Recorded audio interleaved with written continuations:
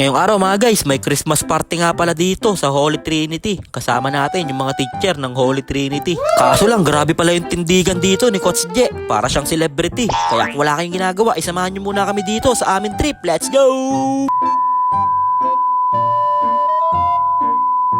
So, ayun po nagmamabilis na nga ako dyan kasi tinawagan lang ako ni Coach J. Hinahanap daw ako ni Sir Rene. Bibigyan nga daw tayo ng maagang pamasko. Kaya hindi na ako nagdalawang isip pa. Rumekta na kagad ako dito sa Holy Trinity. Pero si Coach J naman, rumekta sandok agad. Pochem. Kaya tuwan-tuwa na nga dyan yung ating mga naggagandahan at mga nagwagwapuhan ng mga teacher. Kasi nakakadami na ata sila ng mga regalo. Pero si Coach J, nakakadami na ng sandok ng ulam. Kaya binibilang na nga dyan ni Sir Rene yung kanyang kayamanan. Kaya napapasayaw na nga dyan yung ating mga teacher na ibigay mo na ang aming Christmas bonus. Kaya sabi dyan ni Sir Rene, para wala mag-away-away, tumayo kayong lahat sa inyong mga upuan at umikot kayo sa akin, bibigyan ko kayo ng papremyo. Kaya sabi ko, okay lang po, kahit mahilo na kami, kakaikot, ay magpapaikot-ikot pa din kami dyan. Ayun na, pinatayo na sila lahat dito ni Sir Rene para pumila na, bibigyan na sila ng tagwa 1H. Sabay nakita ko pa nga dyan si Sir Jonard, umapir pa siya sa atin. Sabi niya, tari ka, sama ka sa amin dito, kukuha tayo ng cash out. Pero sabi ko, ay ako nakakahiya. Pero andito na ako sa pila, malapit na tayo kumash out dito. Ito na,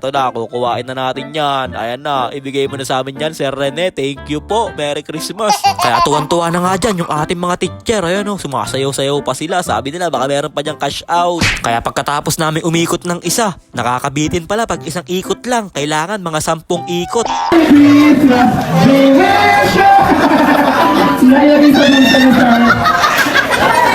At dahil napagod na nga kami, kakapaikot-ikot, ay tumingin na ako dito ng mapo-food trip. Grabe, banda yung mga pagkain dito. Kaya sumandok na ako ng pagkain dahil nagugutom na ako. Ito na yung food trip natin. Tanghalian yan, pero kasama na yung hapunan. Kaya pakinggan muna natin yung sasabihin dito ni Ma'am May. Sa mga course po namin, salamat sa karangalan na binigay nyo kay Trinity tuloy-tuloy.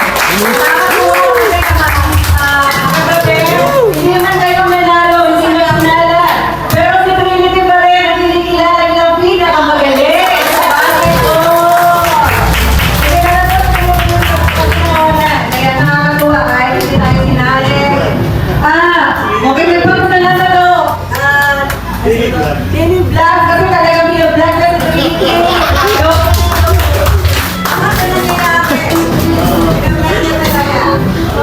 Thank you din po sa inyo, Ma'am May at Sir Rene, dahil ramdam na ramdam po namin dito na welcome po kami sa inyo. Nakakatuwa lang na wala naman sa amin nag-i-invite sa mga ganito, pero kayo sinama nyo pa din po kami dito. Talagang hindi nyo po kami tinuturing na ibang tao, kaya maraming salamat po sa inyo. Kaya namigay na nga dyan si Sir Daniel at si Sir Kent ng mga panetya buena na handa. Quality nga yung mga pinapamigay nila dito, talagang bandaming laman.